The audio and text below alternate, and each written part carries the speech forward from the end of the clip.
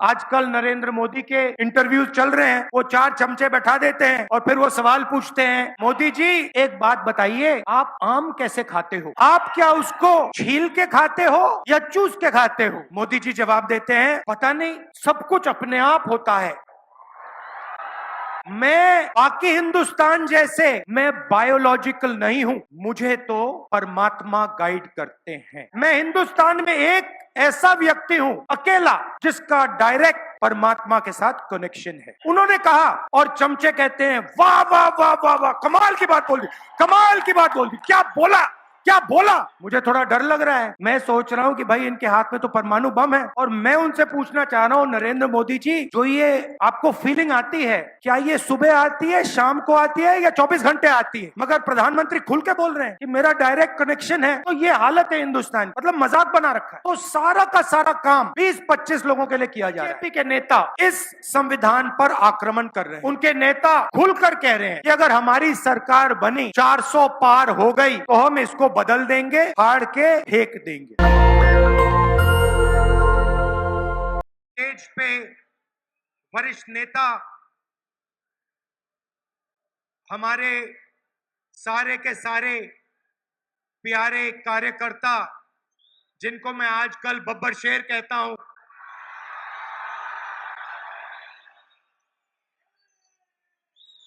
हिमाचल प्रदेश में 40 साल मेहनत करने के बाद एक आम कार्यकर्ता, आम आदमी हिमाचल प्रदेश के चीफ मिनिस्टर बने। अब मैं इसके बारे में 2 चीजें कहना चाहता हूं। पहली बात कि मैंने अपनी आंखों से सुक्खू जी को मेहनत करते हुए देखा है, कांग्रेस पार्टी की विचारधारा के लिए लड़ते हुए देखा है। और दूसरी बात आपने कहा आम कार्यकर्ता, आम आदमी और आम कार्यकर्ता नहीं होता है, सब के सब लोग स्पेशल होते हैं। हर व्यक्ति की कोई ना कोई स्ट्रेंथ होती है और हमारे सारे के सारे कार्यकर्ता दिल से दिन भर मेहनत करते हैं। जब हमारी सरकार होती है, हमारी विचारधारा को प्रोपेगेट करते हैं।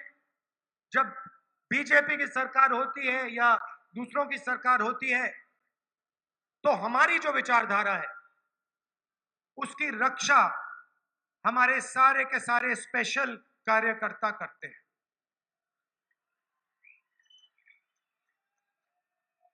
हमारे कार्यकर्ताओं में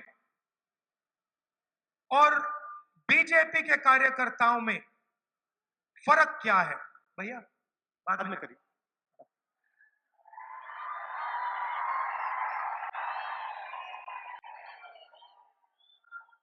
आपसे बातचीत करनी है, डायरेक्ट कर रहा हूं।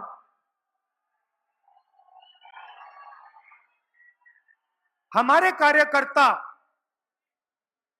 आजादी के लिए लड़े, हमारे लाखों कार्यकर्ता जनता की आवाज बनकर आजादी की लड़ाई लड़े और देश के लोगों के साथ मिलकर हमारे कार्यकर्ता ने देश को यह संविधान दिया है। ये संविधान कोई मामूली किताब नहीं है। और कहा जाता है कि ये आजादी के बाद कॉन्स्टिट्यूशन बना, मगर अगर हम थोड़ी सी गहराई में जाएं तो पता लगेगा कि इस कॉन्स्टिट्यूशन की, संविधान की सोच हजारों साल पुरानी है।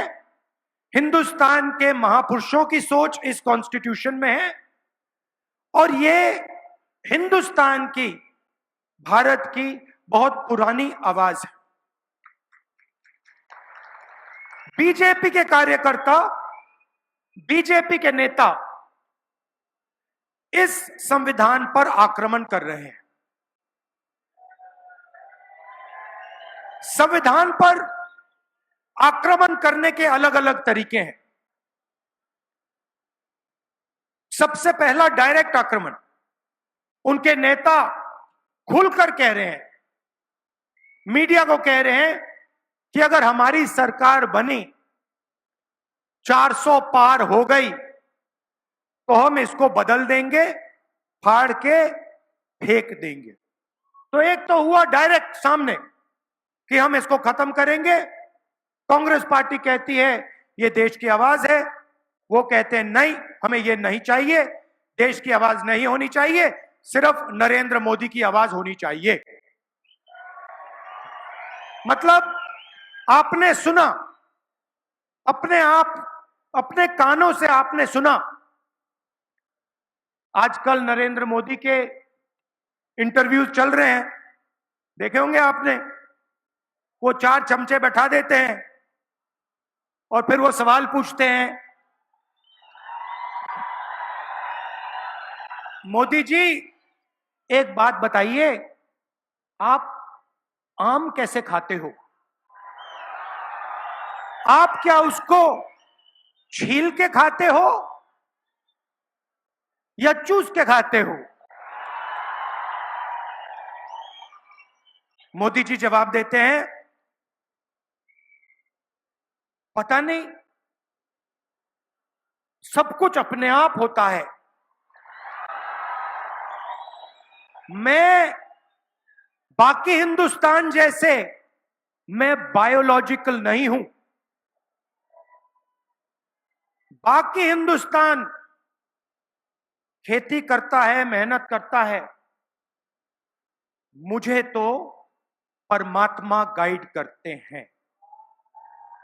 मैं हिंदुस्तान में एक ऐसा व्यक्ति हूं, अकेला, जिसका डायरेक्ट परमात्मा के साथ कनेक्शन है। उन्होंने कहा, और चमचे कहते हैं वाह वाह वाह वाह वाह, कमाल की बात बोल दी, कमाल की बात बोल दी, क्या बोला, क्या बोला। मतलब एक व्यक्ति जिसको डायरेक्ट परमात्मा के साथ कनेक्शन है, उसको इसकी क्या जरूरत? वो तो डायरेक्ट बात कर रहे हैं। मुझे थोड़ा डर लग रहा है। मैं सोच रहा हूं कि भाई इनके हाथ में तो परमाणु बम है, और मैं उनसे पूछना चाह रहा हूं, नरेंद्र मोदी जी, जो ये आपको फीलिंग आती है, क्या ये सुबह आती है, शाम को आती है, या 24 घंटे आती है? मतलब ये पीरियोडिकली आती है, जैसे शाम के 8 बजे आती है, या सुबह 7 बजे आती है, या फिर पूरे दिन चलती है? अलग अलग बीमारियां होती हैं, कोई शाम को आती है, कोई सुबह लगती है। तो ये मैं पूछना चाहता हूं, नरेंद्र मोदी जी, आप अकेले हैं, आप डायरेक्ट भगवान से बात कर रहे हो। अच्छा, अगर एक दिन सुक्खू जी मेरे पास आए, बंद कमरे में मुझे कह दें कि राहुल जी, मेरा डायरेक्ट परमात्मा से कनेक्शन है, मैं उनसे कहूंगा, सुक्खू जी ये सब ठीक है, हिमाचल की जनता को बाहर जाके मत बोल देना, बड़ी प्रॉब्लम हो जाएगी। मगर प्रधानमंत्री खुल के बोल रहे हैं कि मेरा डायरेक्ट कनेक्शन है। तो ये हालत है हिंदुस्तान की। मतलब मजाक बना रखा है। मैंने इनको कहा कि ये हमारे मित्र हैं, मीडिया के मित्र हैं, मगर ये हमारे मित्र हैं नहीं, अदानी के मित्र हैं। और हिमाचल के किसानों को मैं कहना चाहता हूं, ये जो इनकी पार्टनरशिप चल रही है, मोदी जी, अदानी जी और मीडिया वालों की, इसी के कारण आपको सेब के लिए सही दाम नहीं मिलता है। सारे के सारे स्टोरेज फैसिलिटीज नरेंद्र मोदी जी ने एक व्यक्ति को दे दिए हैं, और जब भी वो चाहता है सेब के प्राइस को वो कंट्रोल कर सकता है। हिमाचल में सेब को कंट्रोल कर रहे हैं, मुंबई में एयरपोर्ट, लखनऊ में एयरपोर्ट, 7 एयरपोर्ट पकड़ा दिए 50 साल के लिए। ये हिंदुस्तान की पूंजी है, ये आपका आपका धन है। नरेंद्र मोदी ने हिमाचल के सेब पकड़ा दिए, एयरपोर्ट पकड़ा दिए, हिंदुस्तान के सारे पोर्ट्स पकड़ा दिए। हथियार जो पहले इंडियन ऑर्डिनेंस फैक्ट्री बनाती थी वो अब अदानी बनाएंगे। तो सारा का सारा काम 20-25 लोगों के लिए किया जा रहा है। पता नहीं, शायद परमात्मा नरेंद्र मोदी जी को कह रहे हैं कि भैया आपको अदानी जी की मदद करनी चाहिए। यही हो सकता है। तो पिछले 10 सालों में सारा का सारा काम 22-25 लोगों के लिए हुआ है। यहां पे आपदा आई, हिमाचल प्रदेश ने प्रधानमंत्री से सपोर्ट मांगी। अगले मीटिंग में प्रधानमंत्री आएंगे। आप हिमाचल की जनता को बताइए, जब हिमाचल की जनता को जरूरत थी आपने हिमाचल को कितने पैसे भेजे। हमने 9,000 करोड़ मांगे थे, उन्होंने नहीं भेजे। मगर 22 लोगों का पिछले 10 साल में नरेंद्र मोदी जी ने 16 लाख करोड़ रुपया कर्जा माफ किया है। आपने 9,000 करोड़ रुपए मांगा, आपको कहा हम नहीं देंगे। आप मुश्किल में थे, 22,000 परिवारों को नुकसान हुआ, सब कुछ खो गए, और प्रधानमंत्री कहते हैं हम आपको नहीं देंगे। आपको 9,000 करोड़ नहीं दिया, उनको 16 लाख करोड़ रुपए दिया। मतलब अगर आप साल का मनरेगा का पैसा लें, 24 साल मनरेगा का पैसा उन्होंने 22 लोगों को पकड़ा दिया। हमने किसानों का कर्जा माफ किया था यूपीए के टाइम। 24 साल अगर आप उस कर्जे को माफ करते किसानों का, उतना बनता है 16 लाख करोड़, और ऐसे ही दे दिया। उसको कहते हैं विकास।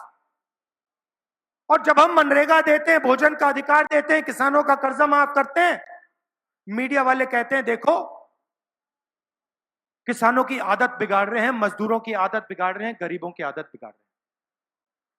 अमीरों का काम होता है, ये फैशन बन गया है, ये फैशन बन गया है, मीडिया उनके हाथ में।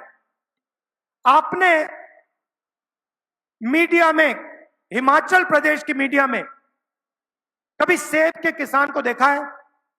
कभी टीवी पे आते हैं सेब के किसान? कभी उनकी बात चलती है? कभी मजदूर को देखा है? नहीं। अदानी जी की, अंबानी की शादी देखी आपने? देखी? 8 करोड़ रुपए की घड़ी लिए घूम रहे हैं और मीडिया वाले वाह वाह वाह वाह वाह वाह वाह कर रहे हैं। पैसा किसका है? आपका है। कहां से आया? जीएसटी से आया, सेब के किसानों की जेब से आया।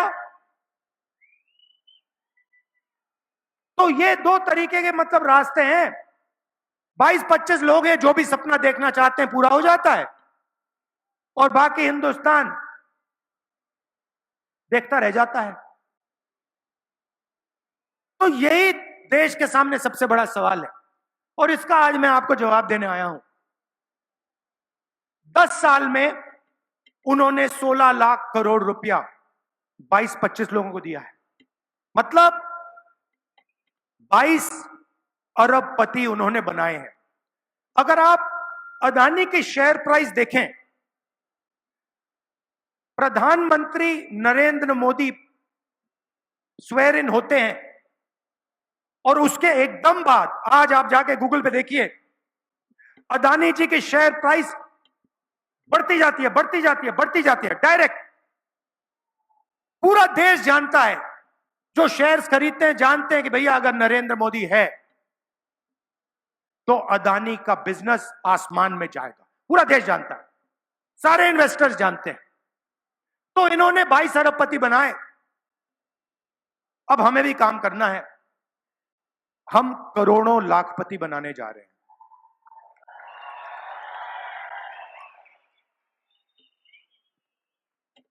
देश के सारे गरीब लोगों की लिस्ट बनेगी।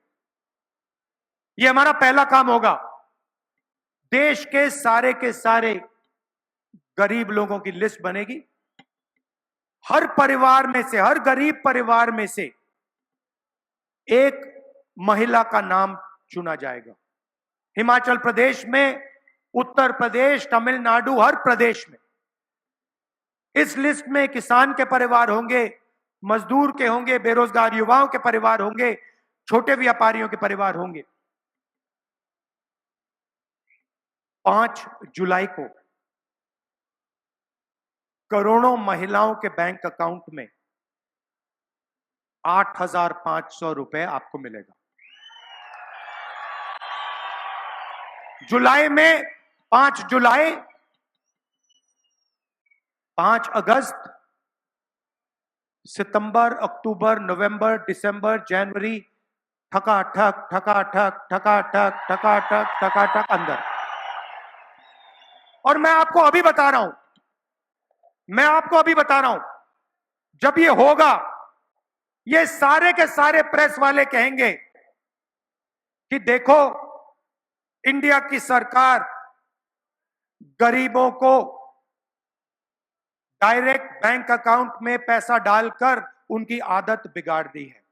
और मैं कहूंगा कि अगर आप लोगों ने ज्यादा बोला, हम उसको दुगना कर देंगे। नरेंद्र मोदी जी ने हमें वायदा किया था 2 करोड़ युवाओं को रोजगार दूंगा, कुछ नहीं हुआ।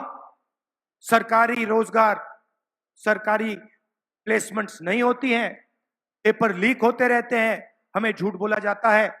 हमारा क्या होगा?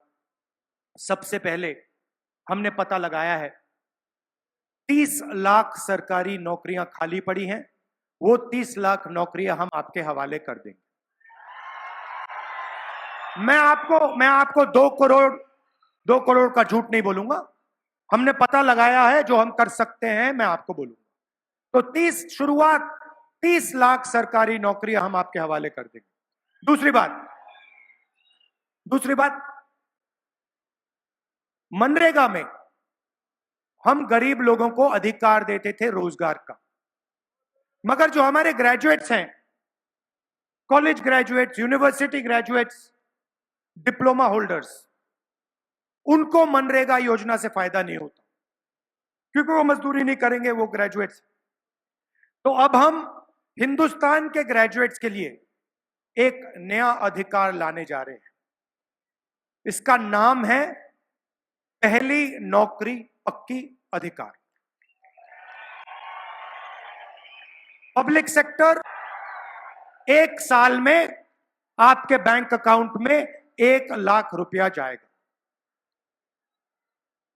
महिलाओं के बैंक अकाउंट में, बेरोजगार युवाओं के बैंक अकाउंट में, किसानों के बैंक अकाउंट में।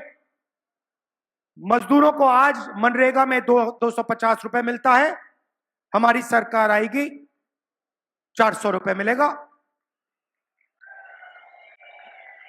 आशा और आंगनवाड़ी में जो महिलाएं काम करती हैं, आपकी आमदनी हम दुगनी करने जा रहे हैं।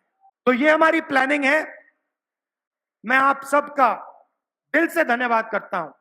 देखिए, यहां आपदा आई, हमने, हिमाचल प्रदेश की जनता ने आपके चीफ मिनिस्टर के माध्यम से 9,000 करोड़ रुपए मांगे थे।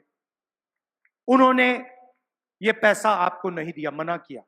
और उसके एकदम बाद, जब हिमाचल प्रदेश को सरकार की सबसे ज्यादा जरूरत थी, उन्होंने पूरा दम लगाकर आपकी सरकार को चोरी करने की कोशिश की।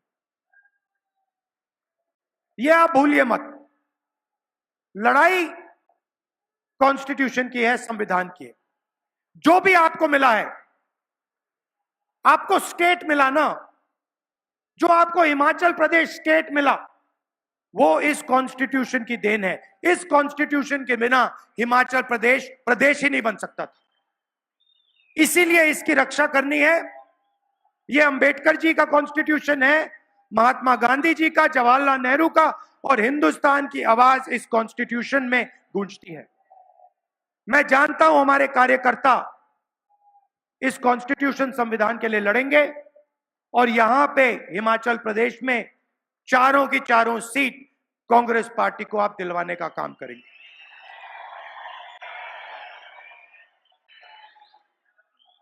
मेरी बहन को तो आप उठा के ले गए, वो अब शिमला में रहती है। ये याद रखिए कि हम दोनों, प्रियंका और मैं, दिल्ली में आपके सिपाही हैं। सुखी जी और कांग्रेस पार्टी की टीम हिमाचल प्रदेश में आपके सिपाही हैं। दिल्ली में लोकसभा में मैं आपका सिपाही हूं, प्रियंका जी आपकी सिपाही हैं। आप सबका दिल से बहुत बहुत धन्यवाद। नमस्कार, जय हिंद, जय हिमाचल। नेशनल दस्तक की आपसे गुजारिश है कि अगर इसको बचाना चाहते हैं तो नेशनल दस्तक को सब्सक्राइब करने के लिए रेड कलर के सब्सक्राइब बटन को दबाएं, फिर बेल आइकन की घंटी दबाएं। नेशनल दस्तक को बचाने के लिए बहुत जरूरी है कि हर खबर को शेयर करें, लाइक करें, कमेंट जरूर करें।